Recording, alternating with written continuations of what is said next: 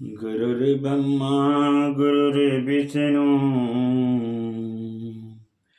गुरुर्ब्रह्मा गुरुर्विष्णु गुरुर्देवो महेश्वर गुरुर्साक्षात् परब्रह्म तस्मै श्री गुरुवे नमः। श्री बोले सतगुरुदेव की जय। बंदी छोड़ कबीर साहिब की जय। बंदी छोड़ गरीबदास जी महाराज की जय। स्वामी राम देवानंद जी गुरु महाराज की जय। बंदी छोड़ सतगुरु रामपाल जी महाराज की जय। नवधा भक्ति में तीसरा आता है नाम स्मरण करना, यानी नाम जप,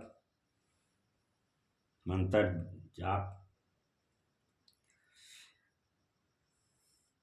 नाम की अनंत महिमा है। एक मंत्र जाप होता है और एक नाम जाप होता है। जैसे महामृत्युंजय मंत्र को ही देख लो, 2 लाइन का मंत्र है और इस मंत्र में अगर थोड़ा सा भी उच्चारण दोष हो तो लाभ के बदले हानि हो सकती है। महामृत्युंजय जप मंत्र के द्वारा कहा जाता है कि शिव जी प्रकट होते हैं और वे उसके विघ्न को दूर करते हैं, लेकिन शिव जी के पास ताकत कहाँ से आती है? तो वह भी राम नाम के सुमरन से। नाम को यथायोग छोटा लिया जाता है। मंत्र बड़ा भी हो सकता है, पर नाम 2 अक्षर 3 अक्षर का होता है। जैसे गायत्री मंत्र है, वह नाम नहीं है। महामृत्युंजय मंत्र है, अथवा ओम नमः शिवाय अथवा ओम नमः वासुदेवाय इत्यादि मंत्र है, नाम बिल्कुल छोटा होता है। जैसे ओम, हरिओम, नारायण, राम, शिव, इसे नाम कहा जाता है। नाम छोटा होता है। राम नाम की इतनी महिमा है कि जब समुद्र मंथन से जहर निकला तो शिव जी उसे पी गए। उस जहर को पचाने की क्षमता उनमें राम नाम के सिमरन से आई। प्रथम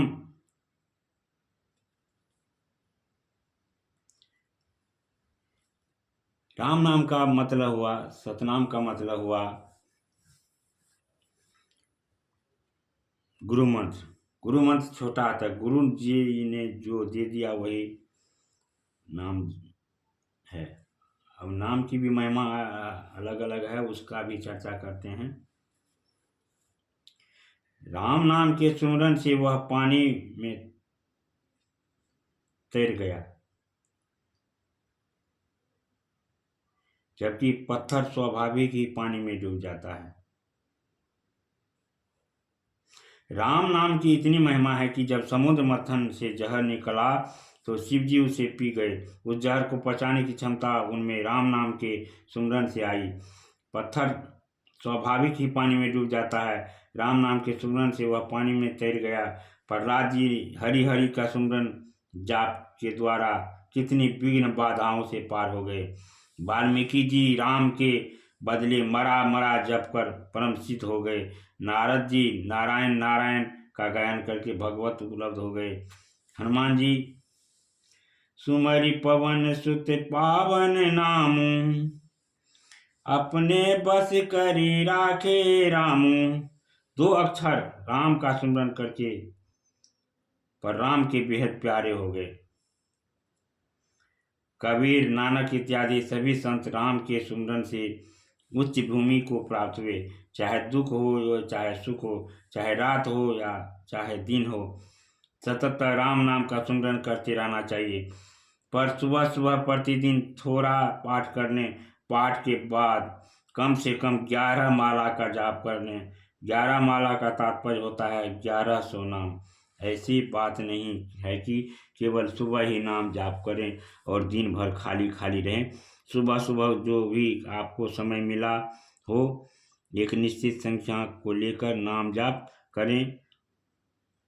उसके बाद उठते बैठते सोते जागते खाते पीते सतत जाप चलता रहे। धीरे धीरे हम लोगों को ऐसी आदत हो जाए, हम लोगों को ऐसी प्रवृत्ति बन जाए कि अपने आप जाप चलता रहे। कबीर साहब कहते हैं, जब जागे तब नाम जप, जब जागे तब नाम जप, सोवत नाम संभाल, उठत बैठत आत्मा, चालत नाम चितार। रामकृष्ण परमहंस जी नाम जाप के द्वारा ही इतने महान हुए। इस युग में हनुमान प्रसाद पोद्दार हुए, वे गृहस्थ थे और गृहस्थ होते हुए भी, दुकानदारी संभालते हुए भी वे गीता प्रेस गोरखपुर का कार्य संभाले और इतनी जिम्मेवारियों को संभालते हुए भी किसी संत से कम नहीं हुए। इतनी बड़ी उपलब्धि का कारण क्या है? एक व्यक्ति ने उससे पूछा, महाराज बताइए, आप घर गृहस्थी में रहते हैं, इतनी जिम्मेवारियों को ओढ़े रहते हैं, इतनी विकट परिस्थितियों का सामना करते हुए कैसे इतनी अधिक आध्यात्मिक ऊंचाई को प्राप्त किए? तो हनुमान प्रसाद जी ने बोले, यह प्रतिदिन 1,00,000 राम नाम जाप का फल है। रामकृष्ण परमहंस की पत्नी शारदा देवी भी प्रतिदिन 1,00,000 नाम जाप किया करती थी। नाम जाप की अद्भुत शक्ति है। नाम जाप से सभी विघ्न बाधाएं नष्ट होती है। जीवन में लौकिक सुख का भी मार्ग खुलता है, पाप भी कटते हैं और सद्बुद्धि भी जागती है, कुबुद्धियों का नाश होता है। सदगुरु कबीर साहब कहते हैं कि भक्ति बहुत ही पावन है। परमात्मा के प्रति भक्ति जाग जाने पर जीव का कल्याण हो जाता है। प्रश्न उठता है कि भक्ति कैसे उत्पन्न हो? तो इसके उत्तर में सदगुरु कबीर साहब कहते हैं, राम नाम रटे जो चात्रिक, निश्चय भक्ति निवासा। चातक की तरह राम नाम को रटो तो हृदय में निश्चय ही भक्ति का निवास हो जाएगा। जाप से आत्मिक कल्याण होता है, अध्यात्म का मार्ग खुलता है। यह बहुत ही सरल और सुगम साधन है। इसे बच्चा बूढ़ा सभी कर सकते हैं। हर स्थिति में राम के सुमिरन को किया जा सकता है और राम के सुमिरन से ढेर सारे लाभ उठाए जा सकते हैं। नाम के सुमिरन से कितना लाभ हो सकता है, इसे मुंह से नहीं बोला जा सकता है। कबीर साहब कहते हैं, जो मुख जीव होय 10,00,000, तो कोई आए महंतो भाखा। जब मुख में 10,00,000 जीव हो तो कुछ कुछ इसकी महिमा कही जा सकती है। एक जीव से तो कहना ही कठिन है। इसलिए आप प्रातः 1100 नाम जाप करें ही, इसके बाद भी आप जाप करते रहें। अगर आपके वस्त्र पवित्र हो तो आप दिन दोपहर कभी भी हाथ में माला लेकर कुर्सी पर भी पवित्रता से बैठकर जाप कर सकते हैं। बिना माला लिए शुद्धा अशुद्धा अवस्था किसी भी समय जाप किया जा सकता है। जैसे अपने सुबह सुबह उठकर घड़ी देखी तो पाया कि अभी 4:30 बज गया और आपको नहाने के लिए 5 बजे जाना है, तो आधा घंटे के लिए अपने ही बिछावन पर लेटे हो या बैठे हो, सांस से सांस श्वास से जाप कर लें। सांस छोड़ते समय और सांस लेते समय अपने मंत्र पर ध्यान देना चाहिए। यानी राम नाम का मंत्र मतलब हुआ कि मंत्र, गुरु मंत्र जो आपको गुरु ने दिया है उसका अपना जाप करते रहें। भर दिन जब समय मिले तब करते रहें।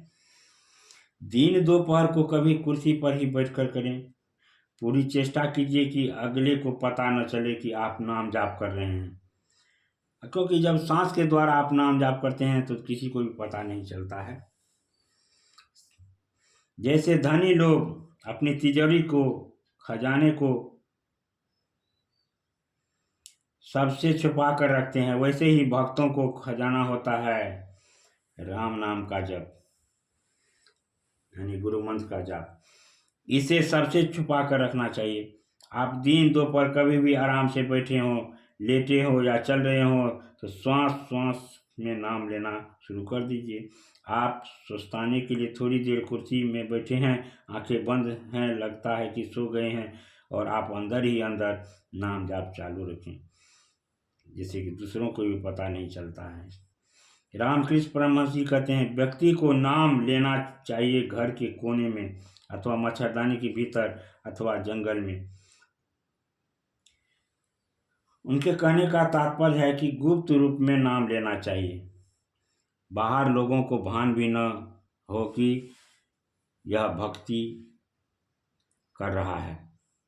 चेहरा प्रसन्न हो, खिला हुआ हो, प्रसन्नचित्त से अंदर ही अंदर नाम लें। आप ब्रश कर रहे हैं, स्नान कर रहे हैं, आप नाम ले सकते हैं। भोजन कर रहे हैं, आप नाम ले सकते हैं। चल फिर रहे हैं, उठ बैठ रहे हैं, आप नाम ले सकते हैं। नाम शुद्ध अशुद्ध किसी भी अवस्था में लिया जा सकता है। नाम सुमरन में जितना लाभ है उतना दूसरे साधन में इसकी कल्पना भी नहीं की जा सकती। नाम सुमरन करने पर ध्यान इत्यादि भी गंभीरता से लगने लग जाता है। श्रीमद्भागवत में कहा गया है,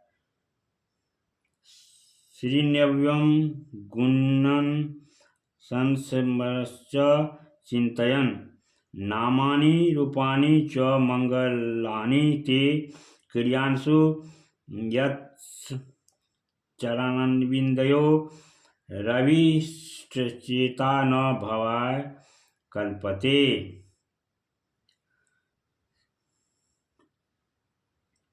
अर्थात जो पुरुष संपूर्ण क्रियाओं को करते समय आपके मंगलमय रूप तथा नामों का श्रवण कथन स्मरण एवं चिंतन करता हुआ आपके चरणार बिंदों में ध्यान रखता है, वह फिर संसार में नहीं आता।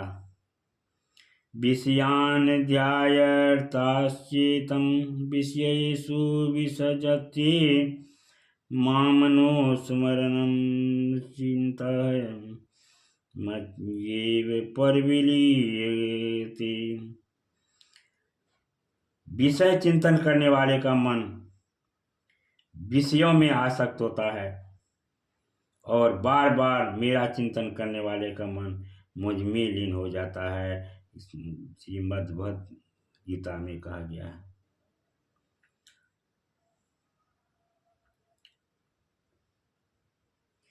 यस्य स्मरण मात्रेण जन्म संसार बंधनात् विमुच्यते नामस्तस्मै विष्णवे प्रभ विष्णवे। जिसके स्मरण मात्र से मनुष्य जन्म मरण रूपी संसार बंधन से मुक्त हो जाता है। संसार को उत्पन्न करने वाला उस भगवान को नमस्कार है। नाम स्मरण की महिमा बतलाते हुए तुलसीदास जी कहते हैं, नाम स प्रेम जपत अनयासा भगत होई मुद मंगल वासा। नाम जपत प्रभु कीन प्रसादु भगत शिरोमणि मैं प्रहलादु। सुमिरि पवन सुत पावन नाम अपने बस करी राखे राम। चहु जुग तिनि काल त्यों लोका भय नाम जपी जीव बीसो का। कहाँ कहाँ लगी नाम बराई राम न सकई नाम गुण गाई। कबीर साहब कहते हैं, सुमिरन मार्ग सहज का सतगुरु दई बताए। श्वास श्वास संवारता एक दिन मिल सी आए। सुमिरन से सुख उपजे सुमिरन से दुख जाए। कहे कबीर सुमिरन किए साईं माही समाय। जब ही नाम हृदय धरो भयो पाप का नाश। मानो चिगनी अग्नि की परी पुरानी घास। अतः भगवान की सुमिरन को उसी तरह से प्राणपण से पकड़ना चाहिए, जैसे भयभीत बच्चा माँ को पकड़ता है। सुमरन यानी स्मरण कैसे करना चाहिए, इसके लिए कबीर साहब कहते हैं, सुमरन सो मन लाइए जैसे दीप पतंग, प्राण तजे छिन एक में जरत न मोरे अंग। सुमिरन सो मन लाइए जैसे कीट बिरंग, कबीर विसारे आपको हो जाए तेई रंग। आप भी सुमरन में तल्लीन होकर भक्ति में अग्रसर होइए। प्रेम से बोलिए सतगुरुदेव की जय।